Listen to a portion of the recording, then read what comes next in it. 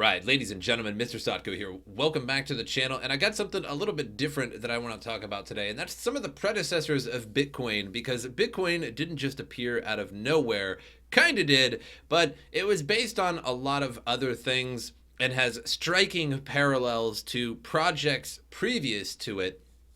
And I thought this would be kind of interesting to go over them. Now, the timeline isn't necessarily correct of what I'm going to do, but I'm just sort of going over a general cryptography history here, at least in the terms of crypto money, as cryptography has been around for quite some time now. But I thought this would be kind of interesting, and maybe it'll give you guys some ideas of things to research. So if I come across something that sounds interesting to you in this video, go ahead and research it a little bit deeper yourself, and maybe it'll give some people some interesting thoughts. And maybe for some of you, might not have known that any of this ever existed. So I thought it would be kind of interesting. So the first thing that I want to kind of talk about is B money. Now, B money was mentioned very specifically in the Bitcoin white paper. So Satoshi Nakamoto was very influenced by B money as well as BitGold, but specifically mentioned in the white paper. So B money was made by Wei Dai, a computer engineer and graduate of the University of Washington. Published a paper in 1998 introducing the concept of B money. Now, some of these currencies that I'm going to talk about never made it anywhere, and some of them were just that, just concepts. So Dai's B money concept included a number of specific features that have become common to cryptocurrencies today, including the requirement that computational work must be done in order to facilitate the digital currency, the stipulation that this work must be verified by the community in a collective ledger, and that workers will be rewarded for their input. To ensure that transactions remain organized, Dai proposed that collective bookkeeping would be necessary, i.e. nodes, with cryptographic protocols helping to authenticate transactions. It'll be similar to present-day cryptocurrency enthusiasts by its similarities to the blockchain. Further, Dai suggested the use of digital signatures or public keys for authentication of transactions and enforcement of contracts. Now, public keys for cryptography, that idea has been around since the 80s. And so it's been around for quite a long time that one could be pseudo-anonymous on the internet with a public key that was derived from a private key in which you would hold your cryptocurrency or your digital cash in some kind of wallet or on the internet. But most of these concepts since the 80s never really went anywhere, and cryptography really exploded in the 70s, at least in terms of digital cryptography. And no cryptocurrency was really developed particularly well until Bitcoin. So Dai's concept included two proposals. The first was seen as largely impractical and relied on a proof of work function in order to generate B money. The second proposal more closely predicts the structure of many modern day blockchain systems. So B money was never officially launched. Rather, it remained in existence only as a proposal, the equivalent of today's white paper. However, Dai's work did not go unnoticed. Indeed, that when Satoshi Nakamoto was developing Bitcoin roughly a decade after Dai produced a proposal, the pseudo-anonymous founder of the largest crypto in the world reached out to Dai before any other developers, along with other cryptocurrency pioneers like Sabo, Hal Finney. Dai supported Nakamoto's plan. While there are many similarities between the B money proposal and Bitcoin, and in turn many other subsequent digital tokens as well, the exact relationship of B money and Bitcoin is difficult to identify. Dai has stated in recent years that my understanding is that the creator of Bitcoin didn't even read my article before reinventing the idea himself. He learned about it afterwards and credited me in his paper, so my connections with the project is limited. So while Dai's work with B money has perhaps been overshadowed by more recent and successful crypto projects, he remains a primary figure in the early development of the industry. Indeed, the smallest unit of Ether, the digital currency of Ethereum network, is called a Y in honor of Dai's work and the B money concept. So I would show you a picture of what B money looks like. At least, like, well, you can't really do that, but at least Bitcoin has a logo rather than the logo of Ethereum or Litecoin or Bitcoin or something. But I never really got that far. However, interesting, that Nakamoto credited in the white paper, reached out to many other people who made concepts like this as well. Another thing was Mnet, the peer-to-peer network. So Evil Geniuses for a Better Tomorrow was a startup company founded by Jim McCoy to create Mojo Nation. The company's name comes from the game Illuminati by Steve Jackson Games. So Mojo was a digital cash that aimed to provide attack resistance and load balancing in a fully distributed and incentive compatible way. Every pair, I could talk, I swear, every pair of Mojo Nation nodes maintained a relative credit balance, with every EGTP request transferring some Mojo credit from the sender to the receiver. Once the absolute value of the debt, two nodes exceeded the size of a Mojo token, the side of the negative balance would transfer a token to the other, clearing out the debt. Because transferring a token was relatively heavyweight event, tokens were worth 20,000 Mojo. A Mojo Nation component called the token server acted as the mint, allowing Mojo Nation nodes to securely transfer Mojo, which around 2004, 2005. In early versions of Mojo Nation, users were required to set prices for any services their node provided. Most users had no idea how to choose prices, so the Mojo layer was rewritten to use a second price rolling auction. Each node maintained a queue of incoming requests that had not yet been processed, sorted by a bid field contained in each request. So nobody knew how much they were. And it was a file sharing purpose, and so you had these, so you would pay people for these file sharing servers, nodes. Again, kind of ambiguous, a little bit vague, but cryptocurrency before Bitcoin in a sense, except nobody knew how to price them. Nobody knew how to price, these services that their node provided, and there was no auction, there was no exchange for these coins that you could take off this system. So in a lot of ways, this wasn't really necessarily a cryptocurrency, because a cryptocurrency today means that I can take my cryptocurrency off of even a platform and send it to somebody else. So, some things like a digital token that we have today that you would use specifically on a specific platform, and I cannot take it off that platform. One of those examples is DLive. There is a live streaming service website, and I stream on it once in a while. Actually, I stream on multiple at the same time. And there are Lino tokens. And so if you put in $5 and then you give those $5 worth of Lino tokens to a streamer, they can't send those Lino tokens off the platform. I can't have a wallet on my computer. I can't send it to somebody off the platform. They are only for the platform, like a digital token, rather than a cryptocurrency, which is sort of like Mojo, was. And then there's BitGold. Now, BitGold was really close to Bitcoin as well. I would say it's more close to Bitcoin than even B-Money was, but apparently B-Money was much more influential to Satoshi for his own reasons. BitGold was proposed by Nick Szabo in 1998. Now, Nick is one of the alleged Satoshi Nakamotos out there. He adamantly denies it, but I suspect that either if Satoshi Nakamoto is not deceased, and he hasn't revealed himself yet, likely he's not going to and doesn't want to, because probably doesn't want everybody to get a hold of him and ask him to make changes, ask him to not sell his Bitcoin or to give them Bitcoin, or maybe the police would want to talk to him, the CIA or something would want to talk to him. There'd be a lot of trouble if Satoshi came out. He probably just doesn't want to deal with it. And if Nick Szabo was Satoshi, not saying he is, probably is going to deny it. It just makes sense. But anyway, so there are many similarities between Bitcoin's architecture and the BitGold proposal. So BitGold was never a thing.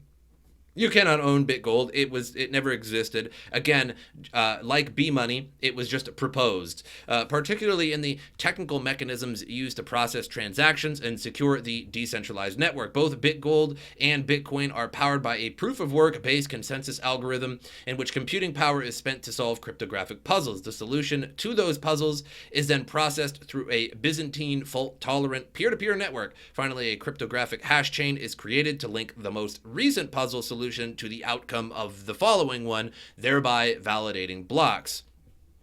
This process for posting transactions to the network is consistent with Bitcoin and BitGold. So Bitcoin is distinguished for solving the double spending problem. Now, it didn't quite solve the double spending problem. Let's just put that out there now. However, early cryptocurrencies had a major problem with double spending. And we'll get into that in just a second. So, which the BitGold proposal could not at the time.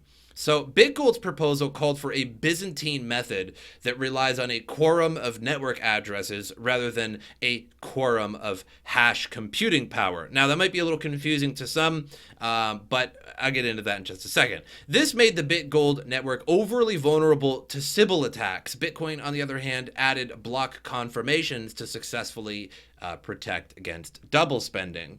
So Bitcoin has, first of all, has confirmations to it, and exchanges can add even more confirmations to Bitcoin. Like some have 6, some have just 2, some have like 10. When there's hacks going on and major problems or potential 51% attacks on other coins, they'll raise those block confirmations. They'll raise those confirmations to 20, 40, 50 in order to defend against a 51% attack, which Bitcoin has never really needed to defend against so much, at least not in recent history. So a Sybil attack is when you have a bunch of nodes owned all by one person. And so you could essentially, if there was a system where there was voting power based on nodes, and we had 100 nodes, and everybody owned one node. So everybody goes to vote on a system, 51 people vote, yes, 49 people vote no, the yes passes. Great, very democratic system. However, with a Sybil attack, one person could own 70 nodes and then always vote the way they wanted to vote, and would always win, no matter what. So a Sybil attack is essentially one person with a ton of nodes acting as that really aren't theirs, but they're acting in one person's benefit, essentially. So the problem with BitGold was that it completed transactions essentially with the nodes, whereas nodes today with Bitcoin just confirm transactions, and every node goes, okay, this person, all these people have this much Bitcoin. This transaction just came through. All the nodes go, However, with Bitcoin, the transactions are pushed through with miners. So it's really not about how many nodes there are. So one person could own a ton of nodes in the Bitcoin world, but it wouldn't really matter so much. Whereas in Bitcoin, it would matter if one person has 80% of the hash rate. That would be a major problem. So Bitcoin didn't solve the double spending problem, but it was much worse with other cryptocurrencies. They didn't know how to, because anybody could just essentially make a ton of virtual nodes and then completely destroy the system. Another thing with Bitcoin is that it has such great value that it would take so much computing power to 51% attack Bitcoin and do double spending, etc. The problem with that is that it would, first of all, it would take an incredible amount of resources and money to do that. So it's going to cost you a lot. Second, if you do successfully attack Bitcoin, it's going to devalue Bitcoin. People aren't going to trust Bitcoin as much. So when Satoshi Nakamoto sort of wrote the white paper, and he was saying in the white paper that people are more likely to follow the rules with Bitcoin because they are rewarded for following the rules. So if you had a huge majority of the hash power of Bitcoin, you have two choices. Either A, you just keep mining and you gain all the blocks. Now you don't even need a pool at this point, right? Because you have 60, 70% of the hash hash rate, which would be really bad for Bitcoin, but we're going on a hypothetical here. So you just keep mining and you get all the blocks and you make a ton of money doing that. Or B, you can attack the system and try to do dumble spending attacks, but the problem is you just spend a lot of money doing that, and you're now going to probably harm Bitcoin, and somebody's going to stop you eventually. And it's probably in the end not really going to work out for you. So BitGold, very similar, but there is a couple small little tweaks in that everything was sort of reliant on the nodes in BitGold, whereas everything sort of more so relies on the hash power of Bitcoin. A big difference there. So moving on. So blinded cash, we have digicash, which I have the article here for that. So we'll talk about that in just a moment. We have web-based money, which talks about PayPal, etc., but pretty boring overall. But I kind of want to talk about Hashcash. So Hashcash was made in the 1990s, and Hashcash, I swear I can talk, people, was made in the 90s, and it was actually successful and actually worked. So now a lot of these coins that I'm talking about never really made it anywhere. It was just a paper, essentially, a white paper that never really went anywhere, whereas Hashcash did. So Hashcash was designed for a number of purposes, including minimizing email spam and preventing DDoS attacks. So Hashcash opened up a wide array of possibilities, which would only be realized nearly 2 decades later, unfortunately. So Hashcash used a proof-of-work algorithm to aid the generation and distribution of new coins, much like many contemporary cryptos. Indeed, Hashcash also ran into many of the same problems as today's. In 1997, facing an increased processing power need, Hashcash eventually became less and less effective. Essentially, the difficulty got very, very high.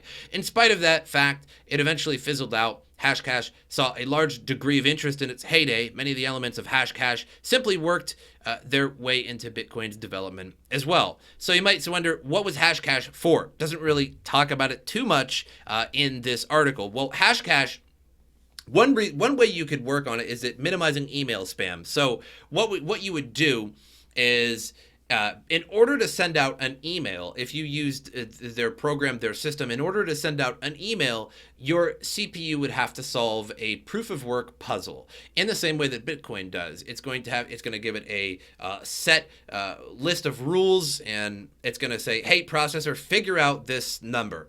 And your processor is going to try.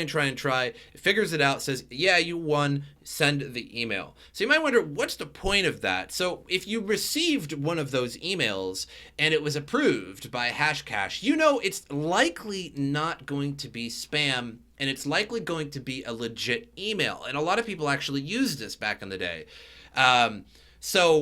Because it would not be worthwhile if you were going to mass email spam hundreds, tens of thousands, hundreds of thousands, possibly millions of email addresses, and use Hashcash to do that. It would require an incredible amount of time and an incredible amount of resources to do that. However, again, it says here, increased processing power need, Hashcash eventually became less and less effective. So either the difficulty went up, it just got harder and harder to use. But actually, a pretty great idea, because again, if you receive this in your email, it's approved, Hashcash approved, likely it's going to be a legit email, because more likely than not,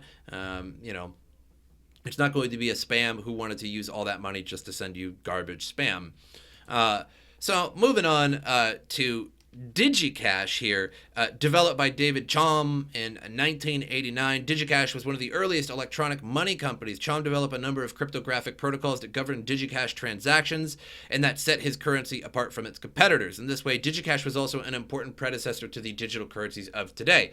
While digicash enjoyed several years of operation, it never broke into the mainstream to the degree that its developers had intended, and it declared bankruptcy in 1989. I think it's actually supposed to be 1999. It declared bankruptcy, or was it 1998?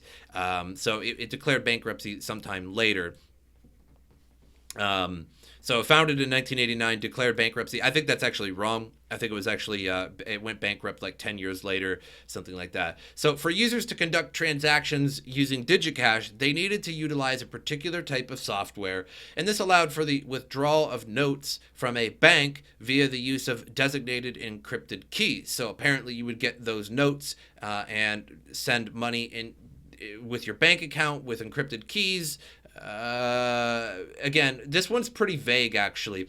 It also allowed users to send digicash payments to other recipients. In this way, digicash was a crucial early proponent of public and private key cryptography, the same basic principle that is used by digital currencies today, known as a blind signature technology. Chum's invention both enhanced security for digicash users and made electronic payments untraceable by outside sources. Digicash utilized a digital currency called cyberbucks. So apparently you would buy the cyberbucks, which sounds a bit centralized.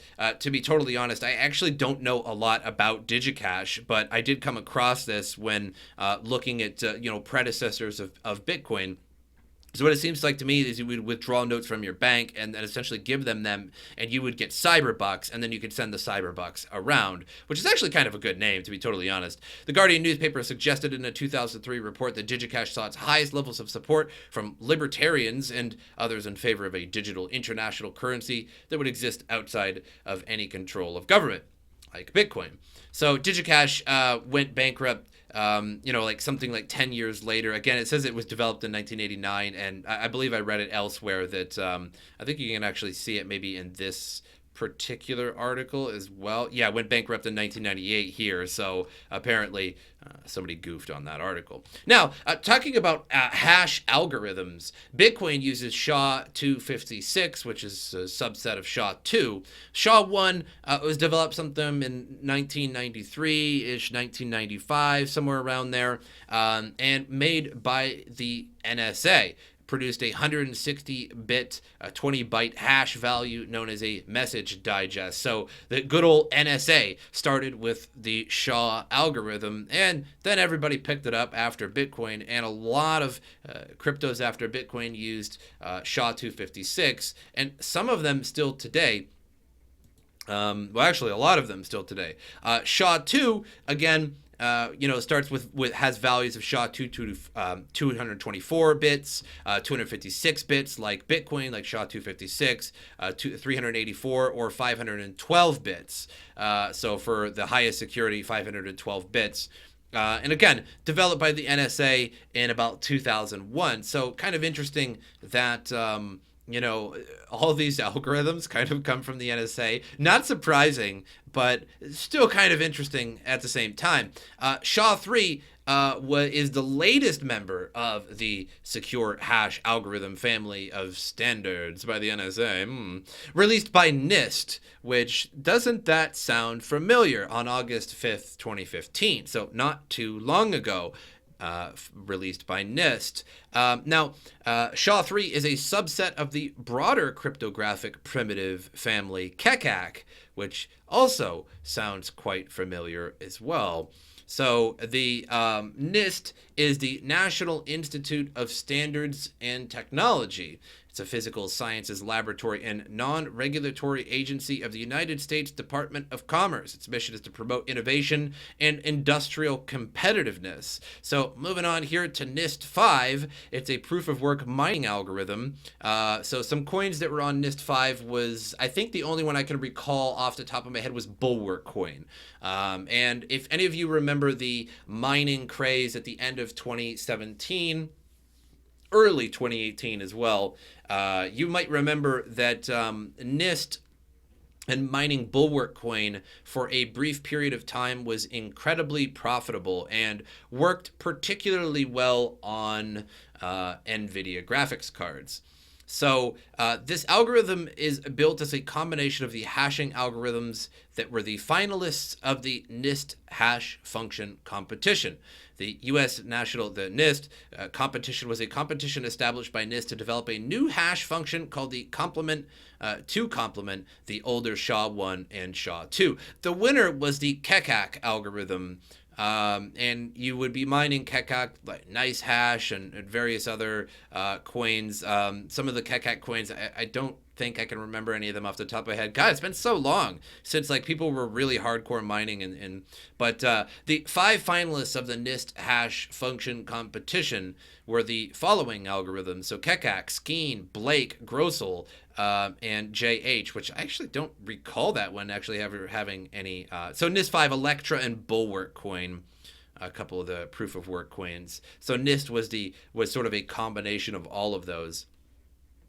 So that's kind of interesting that, Shaw came from, the NSA. I've talked about that before. I think a lot of people know that. Maybe some people don't watching this. Shaw did come from the NSA and, eventually must have become, public knowledge, distributable knowledge or something, and got a hold of with Bitcoin. And Satoshi got a hold of, for Bitcoin and created it essentially. And I kind of want to end this with saying that I hope you guys learned something with this video. I know there wasn't a lot of cool pictures and stuff, so all you people that can't read a book and whatnot, because there's no cool pictures and no illustrations in them, I'm sorry for you. But a lot of these coins never actually had any logos and never truly existed aside from a white paper. But if anything was interesting, again, I urge you guys to look this stuff up and look up more of it. It really gives a bigger insight into the history and what happened upcoming to Bitcoin. And it really makes Bitcoin make a lot more sense when you understand the history behind it, that it wasn't just some guy coming out of nowhere making a cryptocurrency that just blew everybody's mind.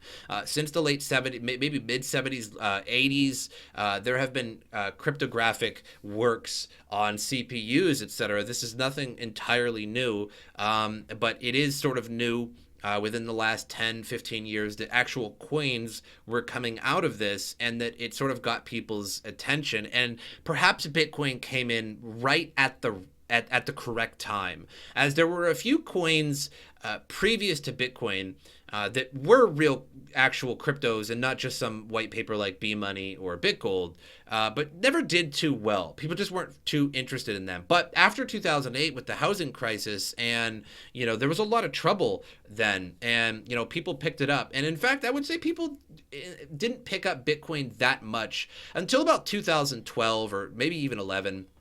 Maybe you could even say 2013, around the Wall Street protest, the 99% movement deal, and there was the whole Wall Street protest, and everybody was just walking up and down Wall Street. You can still find those documentaries, and all the brokers and stuff up top on the balconies purposely drinking champagne while all the protesters walk by. There was that whole movement for a while that sort of fizzled out. I don't know what happened to that one, but I guess everybody just wanted to go home.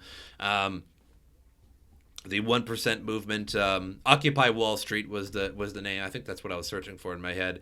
And I think it became a little bit more popular then. I remember a lot of some news actually talking about it for once. It hit at $1,100 and then down to $100, and that really got people's attention. So I think it came out at the right time, right place, right time sort of deal. Namecoin. So Namecoin was essentially the second cryptocurrency ever made.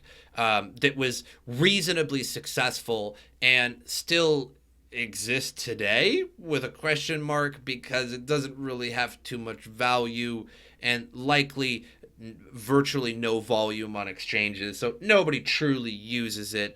And honestly, it had a good purpose. So Namecoin came out from Bitcoin. It was originally forked from the Bitcoin software. It's based on the code of Bitcoin and uses the same proof of work algorithm like Bitcoin. It's limited to 21 million coins. So not a lot of ingenuity on that one, but you got to give it's only the second cryptocurrency, at least as far as I know. Now, Litecoin came out something a little bit later in the year of 2011. So this was about, the ledger started about April 18th, 2011. And I think Litecoin was like 3 or 4 months after this. So a lot of people think that like Litecoin or Peercoin were the second ones, but I argue that Namecoin was the second one. So unlike Bitcoin, Namecoin came to store data within its own blockchain transaction database. Now, Bitcoin kind of can, but it's not really meant for that. The original proposal for Namecoin called for Namecoin to insert data into Bitcoin's blockchain directly. Anticipating scaling difficulties with this approach, a shared proof of work system was proposed to secure new cryptocurrencies with different use cases. So Namecoin's flagship use case is the censorship-resistant top-level domain .bit, which is functionally similar to .com or .net, but it's independent of ICANN, the main governing body for domain names. So you can make your own essentially domain with a .bit on the end of it with Namecoin. And I remember reading a little bit more about Namecoin. You have to essentially, to keep your domain name, you have to send a transaction on the Namecoin blockchain from time to time. I think it's a specific amount of time, and it's not too insane, but you have to send a transaction every so often to keep that domain. So another thing about Bitcoin or Namecoin is that eventually Bitcoin and Namecoin sort of teamed up with merged proof of work mining, so that whenever you're mining Bitcoin back then, you're also mining Namecoin. And the reason is so that hash power didn't fluctuate back and forth so much and possibly prevent a 51% attack, because there wasn't a lot of hash rate on Bitcoin at the time or Namecoin. There just wasn't a lot of miners, not nearly as much as today. And when Namecoin would sort of go up in price, everybody, and it was slightly more profitable to mine Namecoin, people would move over to Namecoin, and that would really destroy the hash rate of Bitcoin. And because there's only two at this point, so people are, I mean, you don't have much choice. You're going to flip-flop. If one's more profitable, you're going to mine the other one. And people would flip-flop back in between the two, so they sort of merged their mining. And then we had, of course, Litecoin and Peercoin, et cetera, and where we are today, which is a totally different world, on the verge of institutional investment, on the verge of lots of mass adoption. But yet, at the same time, ironically, not a lot of people still know still don't know about Bitcoin. I mean, you can go to your average neighbor, knock on their door and ask them, hey, do you have Bitcoin? Most of them aren't going to know what they are. I had a neighbor when I lived in Arizona, and he was a really cool guy, and I talked to him. Sometimes he'd ask me, like, what do I do with this and stuff like that. And, I would tell him, like, what I do for hobbies with crypto and mining and stuff like that. It would blow his mind. He had no idea what I was talking about. And I tried to explain it to him in my usual, what I believe to be very good explanations of things, like if I really slow down and talk to you about it. And he would literally tell me to stop. He doesn't want to hear it anymore. Because he just couldn't register. He wasn't even a user of the internet. And there's just a lot of people like that. There's so many people that just wouldn't be able to understand it. But every day, I think, we recruit a few more. But I hope you guys enjoyed this video. I hope you learned yourself something today, and do some research. Go out and check these old coins out. Go out and check out some of this old, the old work by some of these people, and it'll help you understand Bitcoin just a little bit better. But that's all I have for you guys. Make sure you subscribe, like to the channel, share the video. That helps me out a lot. But as usual, I will see you guys next time.